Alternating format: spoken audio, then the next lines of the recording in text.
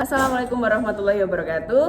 Halo teman-teman. Oke, pada hari ini kita akan buat video, yaitu video pelaksanaan layanan konseling yang akan dilakukan oleh saya sendiri, Faidila M. Ismawati dengan NIM akhir 129 sebagai konselor, dan Mbak Saya Nikita Putri Rahayu dengan NIM akhir 079 sebagai konselor. Oke, pada hari ini kita akan membahas dari identifikasi, diagnosis, prognosis, sampai treatment, bahkan sampai follow up dan evaluasi juga ya teman-teman. Dan selamat menonton. Baik, kita langsung mulai ya teman-teman. Pada tahap pertama ini kita akan memasuki tahap identifikasi terlebih dahulu. Memang saya sama Mbak Nikita ini sudah saling kenal, tapi untuk lebih mengenal lebih dalam lagi, saya akan melakukan identifikasi. Mungkin dari Mbak Nikita bisa diceritakan baik dari identitas ataupun latar belakang Mbak Nikita, mungkin dari nama lengkap, asalnya, terus umur, bahkan bisa langsung menceritakan permasalahan yang dihadapi, mungkin kesulitan apa yang dihadapi sama Mbak Nikita. Oke, perkenalkan, nama saya Nikita. Kemudian sekarang ini saya itu semester 6. Umur saya 19 tahun. 19 tahun. Terus saya itu anak ketiga dari 3 bersaudara. Jadi saya itu anak terakhir. Seperti itu. Anak pertama itu kakak itu laki-laki, kemudian yang kedua itu perempuan. Jadi saya anak terakhir. Asal saya itu dari Kudus. Saya kuliah di sini ngekos. Iya, terus untuk permasalahan yang sedang saya alami mahasiswa semester 6 ini, kayaknya kita sama deh ya Mbak. Soalnya tugas itu deadline-nya barengan semua. Terus kalau barengan semua gitu tuh saya tuh bingung mau ngerjain yang mana dulu Mbak. Soalnya kayak fokus saya kan jadi terpecah belah banyak banget ya. Misalkan saya masih ada kegiatan ini, saya harus ada tugas ini. Tugasnya bukan cuma ini doang, tapi masih ada ini. Tugasnya banyak lah ininya. Mana deadline-nya itu sama bareng-bareng, kayak misalkan kemarin, hari Senin kemarin, saya itu kan deadline-nya Pak Agit, Bu Ulfa, terus laporan KKL kayak bareng-bareng gitu loh Mbak, padahal tugas yang lain juga belum kan. Terus ya udah saya itu tim ngerjainnya mepet deadline karena mungkin manajemen waktu saya itu kurang baik lah intinya. Jadi saya itu kalau tugas itu suka ngerjainnya mepet deadline, soalnya otaknya itu 4G gitu loh Mbak kalau mepet deadline tuh. Iya, langsung satset. Langsung satset buat gitu. Terus habis itu tapi ketika mepet deadline itu kan ada mata kuliah yang nggak bisa mepet deadline, harus jauh-jauh hari. Itu jadi saya pengerjaannya kurang maksimal Mbak. Gitu. Ya itu sih permasalahan saya. Oh iya, terus ini Mbak, waktu saya mata kuliah atau UAS kayak gini, saya itu deh Mbak, kayaknya emang gimana ya, saya itu mau berusaha supaya saya itu nggak telat. Tapi saya itu tuh, saya udah siap-siap ini Mbak, dari misalkan jam 9, padahal kelasnya jam 10 nih ya. Tapi saya tetap telat Mbak, nggak tahu kenapa. Padahal saya juga siap-siapnya udah lebih awal, tapi saya udah berusaha on time supaya saya nggak telat kelasnya atau berangkat UASnya itu. Tapi saya tetap molor gitu, kayak kebiasaan dari rumah yang biasanya disiplin. Tapi kalau semenjak saya di sini itu saya orangnya jadi kayak suka molor, bangunnya kesiangan. Gitu. Kalau di rumah mah saya disiplin banget Mbak, tapi malah saya di sini jadi saya jadi orang yang nggak disiplin, terus suka menunda-nunda waktu, terus kayak gitulah Mbak, suka nunda-nunda waktu buat kuliah, nunda-nunda waktu buat ngerjain tugas kayak gitu dari saya sendiri.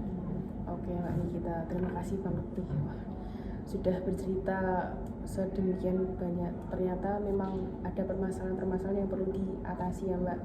Kalau di konseling sendiri itu ada asas keterbukaannya. Ini Mbak Nikita sudah bisa terbuka, bercerita dengan baik, bisa menyampaikan masalah yang Mbak Nikita hadapi kepada saya. Saya pun akan memberikan asas kerahasiaan nanti, jadi tentang permasalahan ini tidak akan kemana-mana, jadi cukup saya yang tahu. Dan untuk tujuan konseling hari ini adalah untuk mengatasi permasalahan tadi manajemen waktu yang kurang dan sering terlambat ya Mbak ya. Oke Mbak Nikita, jadi tadi menindaklanjuti dari identifikasi tadi, dapat didiagnosis bahwa Mbak Nikita itu mengalami kurangnya manajemen waktu sama sering menunda-nunda tadi ya Mbak ya. Nah itu diagnosisnya dua permasalahan tersebut. Lanjut kita ke tahap prognosis ya Mbak ya. Di tahap prognosis ini kita bisa mengidentifikasi maksudnya kemungkinan yang akan terjadi jika Mbak Nikita itu tidak mengatasi hal tersebut dan jika Mbak Nikita itu mengatasi tersebut. Nah kemungkinan kalau misalkan Mbak Nikita nggak mengatasi kurangnya manajemen waktu yang buruk tadi ini, kemungkinan Mbak Nikita nanti akan mudah stres, terus kegiatan-kegiatan akan bertabrakan, tidak terkondisikan. Nah nanti ada kemungkinan baiknya juga jika dilakukan treatment dan hal ini dapat diatasi, nanti Mbak Nikita akan lebih enjoy menjalani kegiatan, tidak ada beban dan tidak stres. Nah seperti itu Mbak. Nah pada tahap prognosis ini juga saya kan juga sudah melihat tadi diagnosisnya permasalahan tersebut. Nah nanti bisa digunakan, yaitu alternatifnya menggunakan teknik CBT ya Mbak.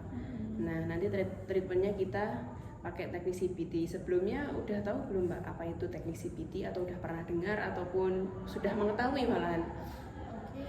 Mengenai teknik CBT, saya itu udah pernah mendengarkan ada teknik CBT gitu Mbak. Tapi untuk mengenai teknik pelaksanaannya itu saya kurang tahu, karena saya cuma dengar ada teknik CBT gitu aja. Mungkin Mbaknya bisa menjelaskan ke saya. Oke Mbak, izin menjelaskan sedikit Mbak.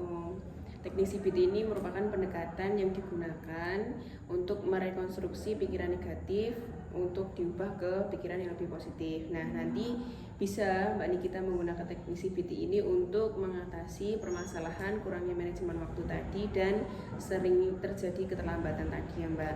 Nah nanti salah satu alternatif hal yang bisa dilakukan untuk mempraktekkan teknik CBT ini adalah dengan melakukan teknik journaling Mbak. Nanti treatmentnya saya akan kasih tugas Mbak Nikita dengan teknik journaling selama seminggu mungkin, atau 2 minggu juga boleh, minimal seminggu aja lah nggak apa-apa. Nanti Mbak Nikita setiap ingin menunda pekerjaan atau melakukan hal keterlambatan tadi, Mbak Nikita tulis kenapa kok bisa terlambat, kenapa mau menunda pekerjaan, alasannya apa, terus kemungkinan dampak yang bisa terjadi ketika Mbak Nikita melakukan hal tersebut apa. Nanti ditulis ya Mbak.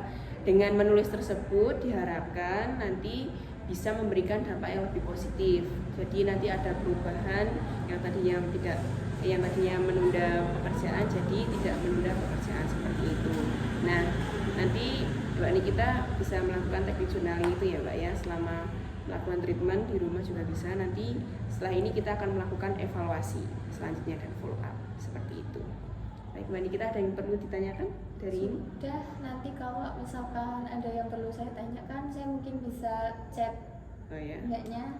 Kalau misalkan ada hal yang belum saya pahami setelah ini. Baik, untuk pertemuan pada kali ini mungkin itu tadi pemberian tugas mengenai teknik journaling tadi ya Mbak ya. Mohon bisa dipraktekkan di rumah dan dilakukan dengan baik itu setiap hari ya Mbak, konsisten istiqomah. Jadi nanti kita bisa lihat hasilnya secara bertahap gitu Mbak. Jadi kalau cuman sekali 2 kali toh nanti perubahannya mungkin agak lama ya Mbak ya, karena tidak secara konsisten seperti itu. Terima kasih Mbak Nikita, selamat treatment, selamat mencoba. Saya juga terima kasih sudah diberi tips CBT ini. Jadi saya tahu teknik CBT itu seperti apa, cara pelaksanaannya seperti apa, seperti teknik journaling ini tadi. Nanti saya akan menyelesaikan tugas dari Ibu Faidila, Mbak Faidila, agar saya itu bisa mengetahui permasalahan yang ada pada diri saya ini. Seperti itu. Baik. Oke, baik Mbak Nikita, gimana setelah melakukan journaling selama seminggu, apakah ada perubahan? Kalau boleh tahu, mana nih journalingnya nih? Ini Mbak. Oh, udah buat journaling, alhamdulillah. Jadi ini setiap Mbak Nikita melakukan, maksudnya mau menunda pekerjaan, Mbak Nikita menulis seperti yang saya instruksikan kemarin ya. Betul. Sudah bagus ini. Ini selama seminggu ya Mbak ya? Iya. Keren. Terus gimana Mbak? Apa yang Mbak Nikita rasakan setelah melakukan journaling? Setelah saya melakukan journaling ini kan saya nulis nih apa sih kegiatan sehari-hari saya setiap waktunya. Nah jadi saya tuh lebih bisa kalau dari jam segini sampai segini scroll sosial media, saya itu bisa lebih menggunakan waktu ini supaya lebih produktif, kayak seperti mengerjakan tugas dan lain sebagainya. Jadi saya itu ternyata dalam 24 jam waktu saya banyak terbuang itu karena sosial media. Jadi saya saya baru sadar kalau setelah saya nulis ini dari jam segini sampai jam segini saya main HP. Dari jam segini sampai jam segini saya kelas, dari jam segini sampai segini saya tidur. Jadi waktu 24 jam dalam sehari saya itu tadi saya habiskan buat bersosial media, itu kan nggak nonton story atau video di Instagram atau TikTok atau media sosial lainnya kayak gitu. Jadi saya itu lebih ke evaluasi waktu saya itu loh Mbak. Sebenarnya waktu itu bisa saya buat kegiatan yang lebih produktif seperti mengerjakan tugas supaya pekerjaan tugas saya itu bisa maksimal, nggak mepet deadline. Kalau saya mepet deadline yang udah saya ceritain kemarin kan, saya itu mepet deadline, jadi ada beberapa tugas yang pengerjaannya nggak maksimal seperti itu. Jadi saya bisa mengevaluasi waktu saya itu supaya waktu itu saya bisa menyicil tugas supaya tugas yang saya kumpulkan nanti bisa semaksimal mungkin. Kemudian untuk waktu, saya baru sadar ngapain ya saya kok scroll sosial media sebegitu menyita waktunya sampai mengganggu jam tidur saya. Saya itu benar-benar Mbak, jam 3 itu loh, paling setengah 3, jam 3 itu paling cepat saya tidurnya. Walaupun saya seharian secapek apapun ya, tapi kalau mata saya udah lihat HP itu kayak nggak bisa gitu loh, kecuali kayak bener-bener udah setengah 3 sampai jam 3 udah capek banget, mungkin mau subuh atau setelah subuh itu bener-bener HP baru mati. Habis itu saya mungkin saat subuh, nah setelah saat subuh pun saya ketiduran sampai kesiangan itu tadi Mbak. Kayak gitu, apalagi kalau saya ngerasa kan udah jam 3, bentar lagi subuh, sekalian subuh sholat, habis itu saya tidurnya saya tuh bisa sampai siang kayak gitu. Sebenarnya itu kayak habit yang nggak baik banget ya Mbak, tapi kayak nggak tahu diri saya ini loh. Tapi alhamdulillah setelah saya melakukan teknik CBT dari Mbak ini yang disarankan Mbak ini, saya jadi tahu waktu saya itu yang kurang efisien itu di bagian ini sampai ini, jadi saya bisa mengefisiensikan waktu tersebut supaya berguna, nggak cuma scroll gitu toh kayak gitu Mbak.